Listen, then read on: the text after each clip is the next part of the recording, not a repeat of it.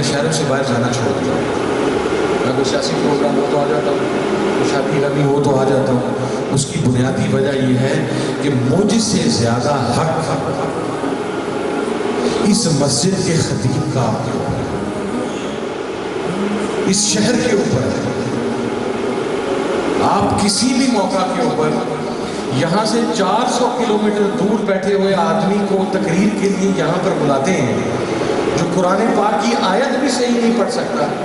اس کا کمال صرف یہ ہے کہ اس کی آواز بہت اچھی ہے, وہ سر بہت اچھی لگاتا ہے, اور آپ کے پاس جو ایک عالم موجود ہے, جو ایک ایسا خطیب موجود ہے جو 10 سال درس نظامی پڑھنے کے بعد 10-15 سال کی کاوش کے بعد خطیب بنا, عالم بنا, عابد بنا, واعظ بنا.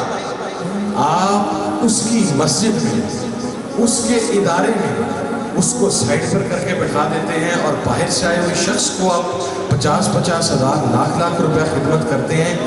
میرا حق نہیں ہے, یہ سب سے پہلے یہاں کے لوکل خطیب کا حق ہے. یہ استحصال ہم نے خود کیا ہے. واعظ کے اندر مزہ نہیں ہوتا,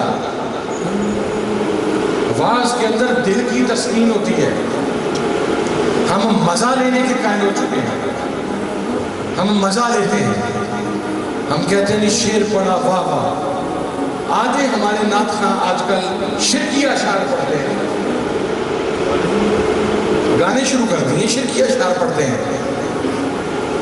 یہاں پر آپ شیخ الحدیث صاحب کو بلا لیں, پورے شہر میں 1 مہینہ تیاری کر لیں, پورے شہر میں پینافلیکس لگا دیں, پمفلٹس لگا دیں, پوسٹرز لگا دیں, 1000 کا مجمع اکٹھا نہیں ہوگا.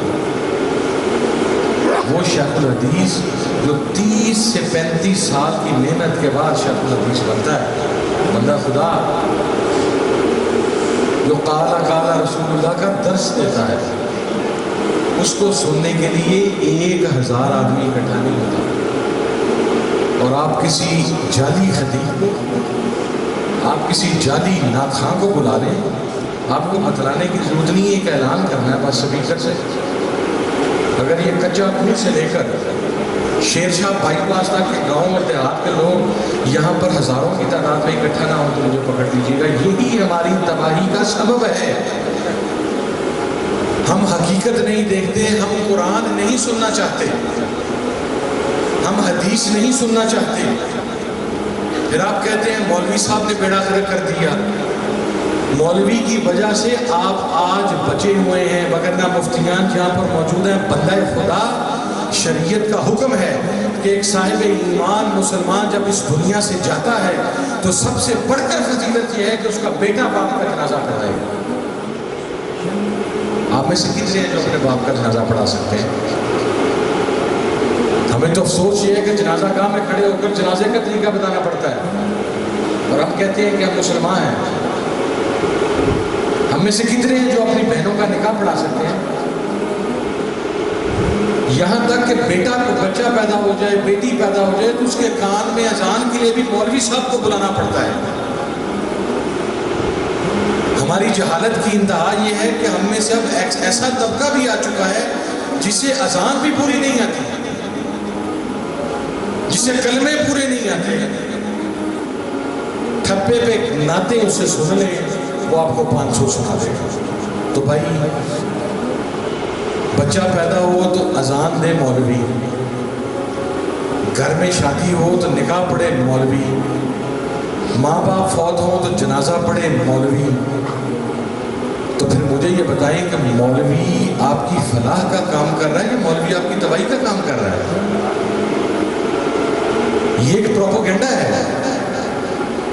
جو علماء, یہ لفظ مولوی اگر آپ تاریخ اٹھا کر دیکھیں, اسی سب کانٹیننٹ میں مائگریشن سے پہلے مولوی اسے کہا جاتا تھا جو کسی گاؤں دیہات شہر کے اندر پنچایت اور وہاں کے لوکل نواب کے فیصلے کو ویٹو کر سکتا تھا, اسے مولوی کہا جاتا تھا. اور پوری پنچایت کو, پورے دیش کو, پورے گاؤں کو یہ جرأت نہیں ہوتی تھی کہ مولوی کا فیصلہ موڑ سکے. مولوی عزت کی علامت ہے. آج آپ نے مولوی کو گالی بنا دیا. آپ کہتے ہیں مولوی ختم, پڑھ کے تو کماتا ہے، تو میرے بھائیوں اس کا کسی ڈرگ ڈیلر کے ساتھ بزنس کروا دیں، وہ پھر افیم بیچنا شروع کر دے، چرس بیچنا شروع کر دے، پھر آپ کو یہ اعتراض ہوگا کہ یہ چرس بیچتا ہے۔ مولوی کا کام جب وہ خدا رسول کے نام للہیت کے لیے مسجد میں بیٹھ کر آپ تک احکام شریعت پہنچا رہا ہے تو یہی اس کا وسیلہ ہے، اس کا رزق ہے۔ آپ اس پر اعتراض کیوں کرتے ہیں؟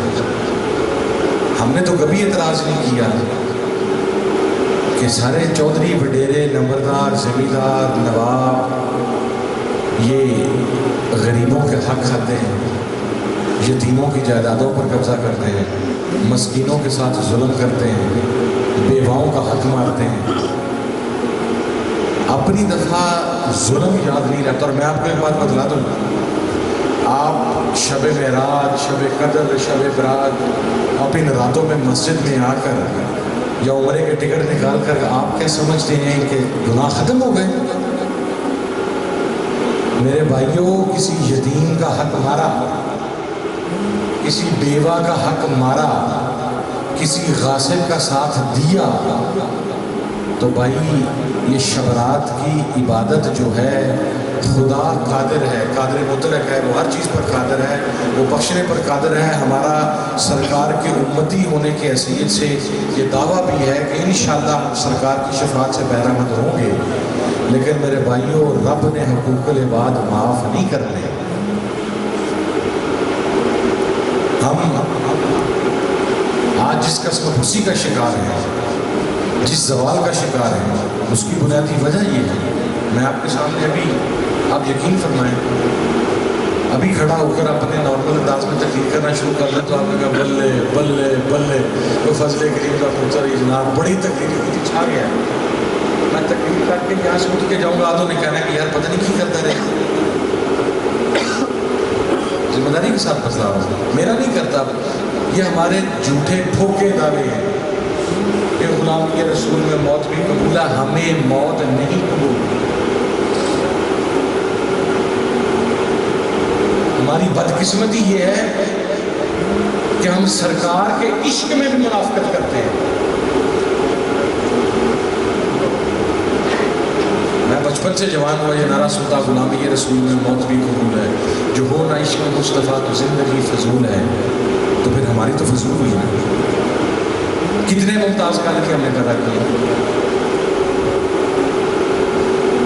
اس کے جنازے پر تو سب پہنچ گئے۔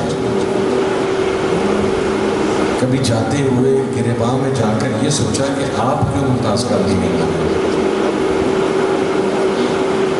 اس لیے کہ اس کا عشق سچا تھا۔